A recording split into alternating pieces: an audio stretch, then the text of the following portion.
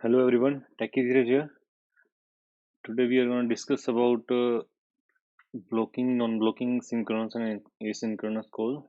So this is the topic of today's discussion. Level is beginner, and I'm just assuming you have some like open mind for learning. And these are the subtopics I'm going to cover: blocking and non-blocking IO. So how this like represents this our keyboard async behavior with monitors and use of select call. We have seen generally in socket programming we use this call a lot, so I will relate this call with this non-blocking behavior and how read write call transform into asynchronous. So this is also I will explain how we can get asynchronous behavior from this, and how send call is blocking. So send call is generally being used in socket. One of the socket API we can say it's used to send the data on the sockets. So today's discussion I'm gonna do only on like diagrammatic point of view. There is no practical involvement in this. So we'll see the practical behavior in later videos. So let's jump into the start with the synchronous first. So as the name suggests, so synchronous is generally means like tasks in the by our CPU are being executed by one after the other. So it's a synchronous behavior. So one task should be completed, then the next will be executed, right? So the basic example of this synchronous call is our method call. Okay, so for example, I have a C program running a single thread, which is like main thread, main function is being uh, executed. So it has some instructions. Okay, so it is a first instruction, second instruction, and we have a middle instruction which is a function call add, and this is third instruction, and we have fourth and fifth here. So as we know, this instruction will be executed one after the other. The first will be completed, then second will be executed, and the third function, this function call should be executed and returned, then only this fourth instruction will be executed, right? We know already this. So we have this add function here. Okay, so it's a synchronous behavior. One instruction should be completed, and we can also say it is like a blocking. Once add will be completed, so this main thread is blocked at this instruction, add instruction, and if it's not completed, then it will not jump into the next instruction. Okay, so this is called a synchronous behavior. So one task after the other. So how we can make it as a asynchronous? Let's see this. Okay, so how we can make it as a asynchronous? We have the same thread, we have the five instructions. This is the add instruction. So instead of running into the main thread, what I can do, I can put this instruction into a separate thread. So I can make it as a different thread. So uh, about the threads, threading, how to write a threaded program, multi-threaded program. So I already explained in my previous video. If you have not checked it, I'll put up the link in my description video. So by using the threads, this after the first second instruction, this third instruction will be executed parallelly, asynchronously, we can say. It will not be dependent, on to whether to return this instruction, this third result or not. So it will be run parallelly. Okay, so this whole addition will be executed parallelly, and it has, for example, some instructions, and then fourth will be uh, running, and fifth also will be running in the main thread, and this will be a separate thread, we can set even. Okay, so this is a asynchronous behavior we generally can accomplish from the normal synchronous behavior, right? So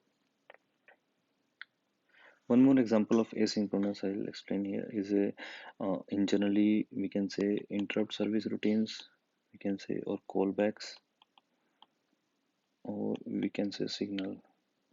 So these three I okay. So how callbacks are generally being registered? So callbacks are being registered. For example, we want to execute some task, we want to register for some timer, for example, and we say we want to execute some task after 30 seconds.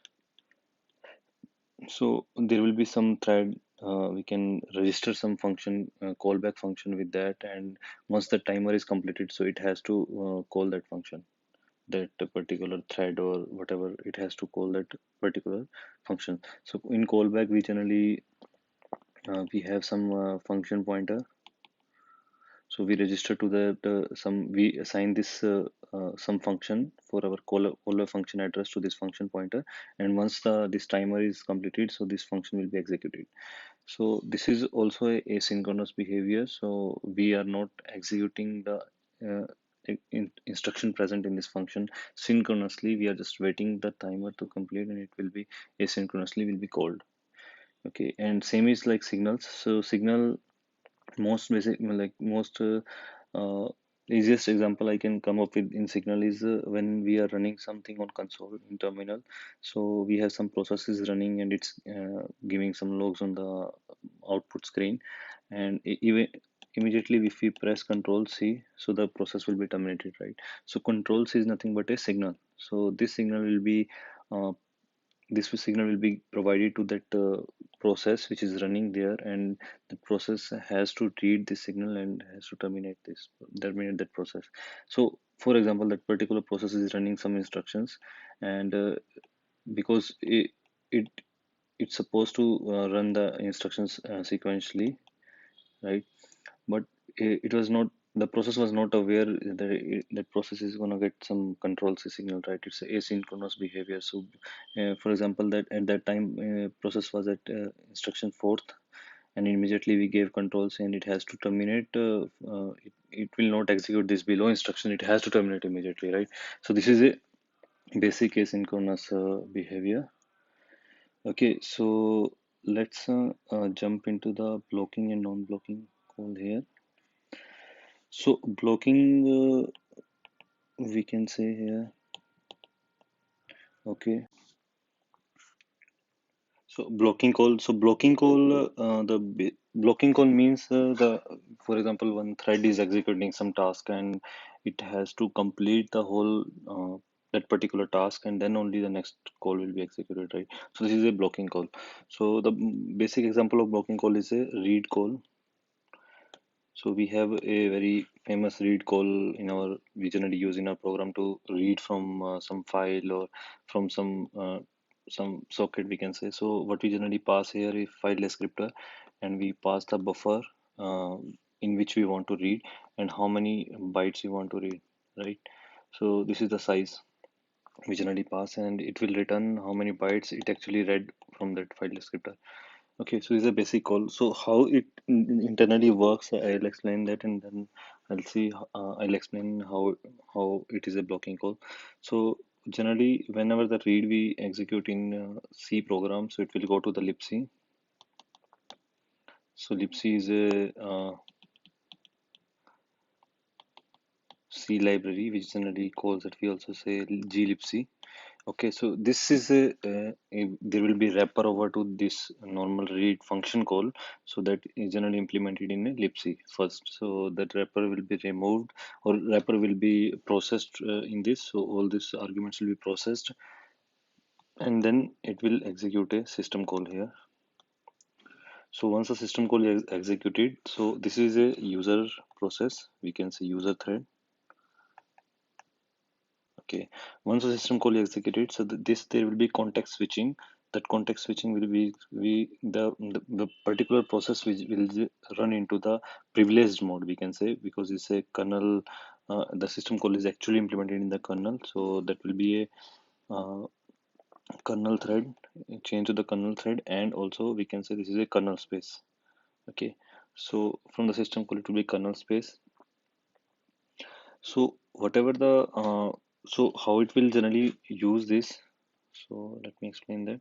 So then from the system call, it will be there will be kernel buffer. Okay. So kernel buffer will be filled with the result of this read bytes. Okay. So this will not be filled in the coming side, but it will be in the return side. It will be used, and then there will be in the kernel, the from the kernel thread, the actual instruction will be passed to the disk controller. Okay, So the disk controller is generally, because this file descriptor is generally because before reading from the file descriptor, this file descriptor will be opened, and this file descriptor should be linked into some file. For example, we want to open some text file, so this will be linked to the text file, right? So disk controller, and that particular file is present on the disk. As we know, it's not present in the RAM, so it's actually present on the disk, hard disk. And the disk controller job is to read this much bytes from that particular disk.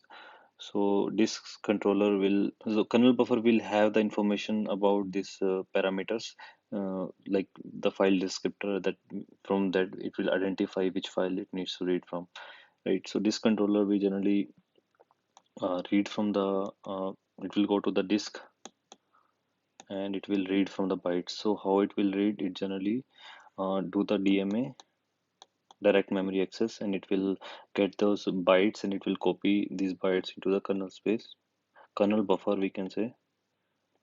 Okay, so the kernel buffer will be filled, and from the kernel buffer we have a very famous API, copy to user, and the copy to user will generally copy this bytes to the user space, and then this will be passed to the again libc and this user thread, and then libc will copy this whole to the buffer.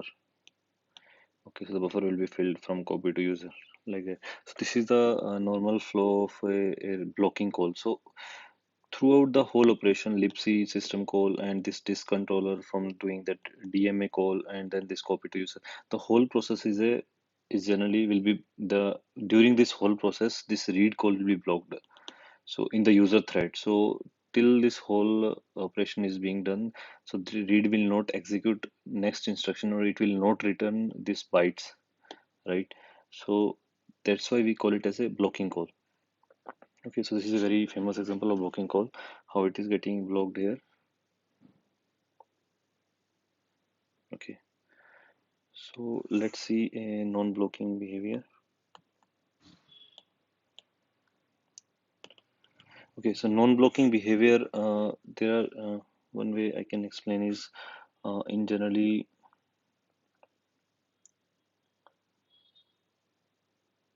So in non-blocking, we can say generally, for example, if I have one thread, so I have a T1 thread and I have one more thread, T2, and there is a one single memory they want to, T1 is a writer, or we can say writing,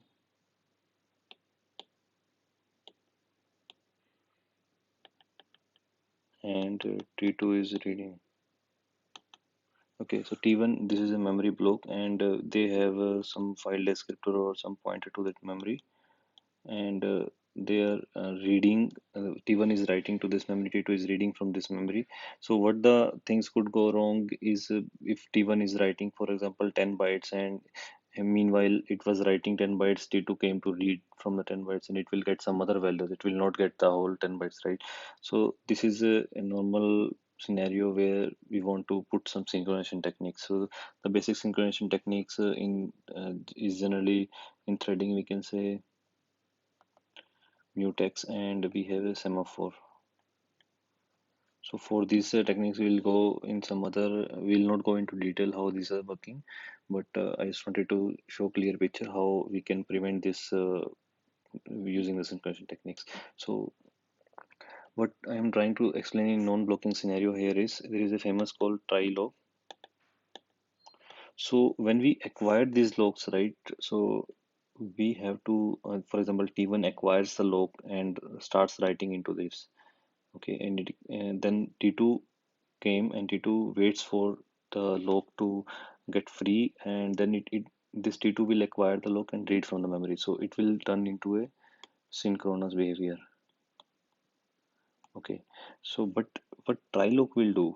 So in T2, for example, T1 came and T1 acquired the lock in T2. If we use try lock, so try will no lock not will not sleep, will not let this T2 go into sleep. Okay, so what try lock will do? It will try to acquire the lock, and if it's not able to acquire at that particular moment, it will immediately return with some error, some information, something, so that this T2 will not get blocked. And if there are some other tasks we want to do, we can do that.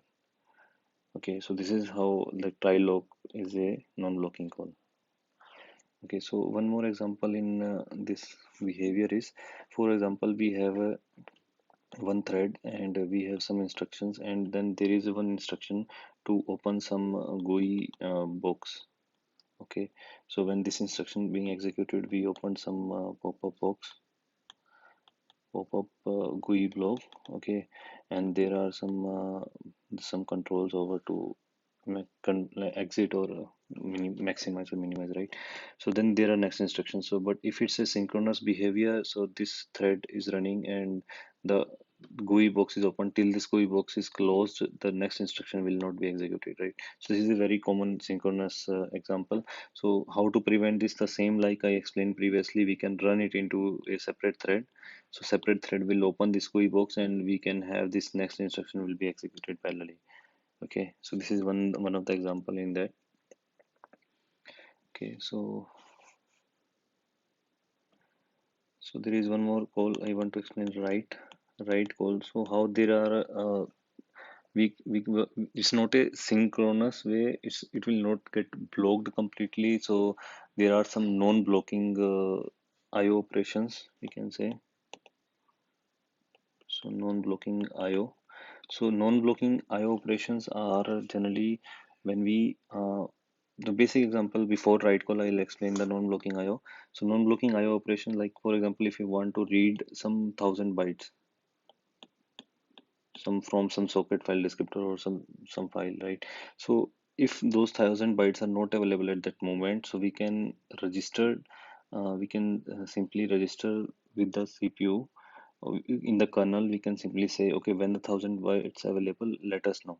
Okay, so this will be a asynchronous behavior, and we have a asynchronously, we are asking CPU or some kernel thread to uh, trigger some event to us, okay, so that we'll not have to wait for the whole operation, right? So it's generally used in .NET. Most of the calls are generally this asynchronous non-blocking IOs are generally used in that. So how these are working, they are like register for those events. So once the 1,000 bytes available, so they will get some trigger or some event will be triggered. So they will know, okay, now the data is available. Now they can go simply read the data. So this is a non-blocking. So we are not blocking throughout the whole IO operation. Okay. So now come to the write call. So how write is actually working? Let me explain that. So write, we generally pass the file descriptor, we pass the buffer from which we are writing and how many bytes we are writing, right? And it will return how many bytes it actually written on this file descriptor. Okay, so this is a very basic write call parameters. Okay, but how in the non-blocking scenario, how write will operate is, so if it's a not a non-blocking, so how it will go? It will again go to the libc because it's written in the library, and then it will generate the system call, and we have the kernel thread for running in the system call, and then as usual it will go to the disk controller. So this in the kernel thread, it will be the whole buffer will be copied to the kernel, the whole buffer will be copied to the kernel buffer. Okay, then there is a disk controller, and disk controller will eventually do DMA, and it will write to the disk. Okay, so this is generally it will do. So the kernel buffer will be, so this is also a blocking call. If you see from the point till the it's not returned into the disk, it will be blocked. But in the non-blocking IO operation with the write call, what they generally do is they will because what we want to do, this file descriptor is some file on the disk, right? So this is a disk, and we have some file here. We want to write this byte into here. Okay, so what in this write call it will do, it will copy the whole buffer into the kernel buffer. Now this thread, this kernel thread has nothing to do, right? Even the user thread has nothing to wait for because it just wants to these bytes to be written, right? So what it will do, it will return from here only. This user thread will be getting written from here only. So this operation will be done by kernel thread asynchronously. So it is not getting logged. So there are some APIs over to non-blocking I/O operations, so which we can use to prevent the blocking in this system calls.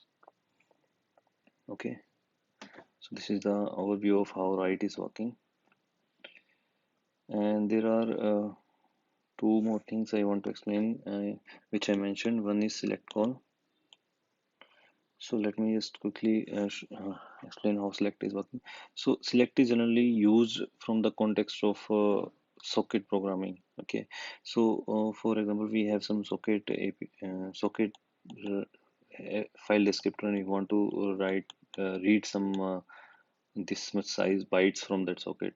Okay. So what we generally do, we if we are reading from that file descriptor, and file descriptor is not having that much bytes available, or it's the bytes is not been written on that file descriptor yet. Okay, so it will get read call will be get blocked at that point. Okay, so how we can prevent that? So how we can prevent that? We can use this select call. Select call, what it will do, it will select call is also being, we can say, polling. So what it will do, it will check the file descriptor if the data is available or not. So it will try to see if the data is available, then only it will let us know, okay, data is now available, now we can read from that file descriptor. So we'll not have to do get blocked onto that. So select will make it as a non-blocking call. Okay. So using the select call, it's very famously used in most of the socket programming. So using this API, we can generally know if the data is available, then only we can read. So we don't have to get blocked into the this read I operation. Okay. So basic non-blocking example is,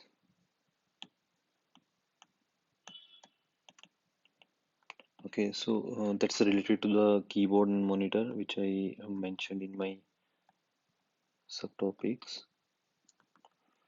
So how things are working. So for example, we type something on keyboard. So these are the series of characters we type. Okay, and we have a monitor which is attached to our CPU, and it takes in instruction from this ABCD, and we open some text editor, and it shows something like these same characters on monitor. So this whole will be given to the monitor, right? So keyboard is like a character device. So it takes the bytes, like byte by byte it takes the input, and monitor is a output device. So we are doing basically IO operation, right, in this whole scenario. So it's a non-blocking thing, because if you are writing, if you're typing something on keyboard, so it may not immediately see on monitor if your CPU is being used very like intensively. So if you have some process and is consuming, for example, your CPU is like 95% being used, and you have a RAM is also like 90% being used. So if you try to type something, and it may show on screen after a few 2 seconds, for example, which happens very rare, but you might have seen it already. So if our CPU is being used very intensively, so we see some characters being delayed on to display on monitor, right? So this is the reason. So this whole call, so this is there will be separate thread for this. So one thread will be taking so one thread will be taking this input from keyboard, and it will be separate thread writing to the monitor. So these are two separate threads, but there will be some like it has to process this data, that has to pass to the other thread, and the other thread will, okay, check those bytes, and it will display into the monitor. In that particular module will be there to that for that particular monitor, and this is how things are working. So sometimes, because if these scenarios comes into picture where CPU is being 95%, so this transfer of these bytes from one thread to another, and this whole calculation takes time. So that's why we sometimes we see if you press like few keys, and they immediately got displayed after 1 second or 2 seconds on the monitor. So this is the reason. The main is this whole operation being calculation is being done in the threads. So but if we can say this is a non-blocking, because our keyboard or nothing, they're not letting us block. So if you are, for example, pressing A, B, C, D, E, and if it would have been blocked and it has to write A first into this thread, then only it will allow you to take B, C, D, E. If you might have pressed B, C, D, E, meanwhile it was giving to the other thread this A character, and you should not be able to see B, C, D, right? Because it was not it was not considering your input. So how these things are working, so they have their own buffer here, and it will try to store all these bytes which you have entered. Meanwhile, it was doing in calculation, so this buffer will be filled. And if you go beyond this buffer, then you might lose some characters from the keyboard input. But that doesn't happen, and this will be all these bytes which are not being displayed on monitor. Meanwhile, it will be stored in some buffer, and buffer will be uh, copied to the other thread, and then it will go to the monitor. Okay, so this is how things are working in non-blocking point of view in our normal scenario, which is keyboard and monitor. Yeah.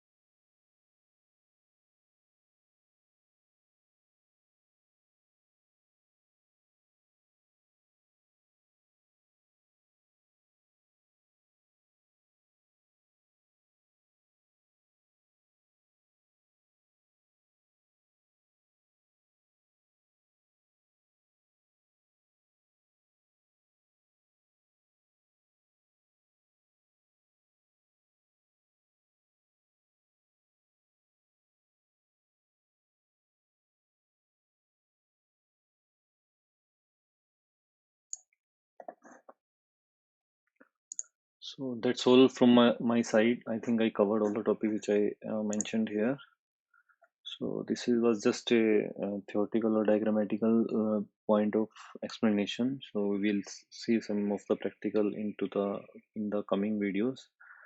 So there are a lot of more in-depth subtopics on this particular threading topic. So we'll see that into the coming videos. So that's all in this video. Thank you all. I hope you like the video. Please share it with your friends. Like and subscribe to my channel. Thank you all.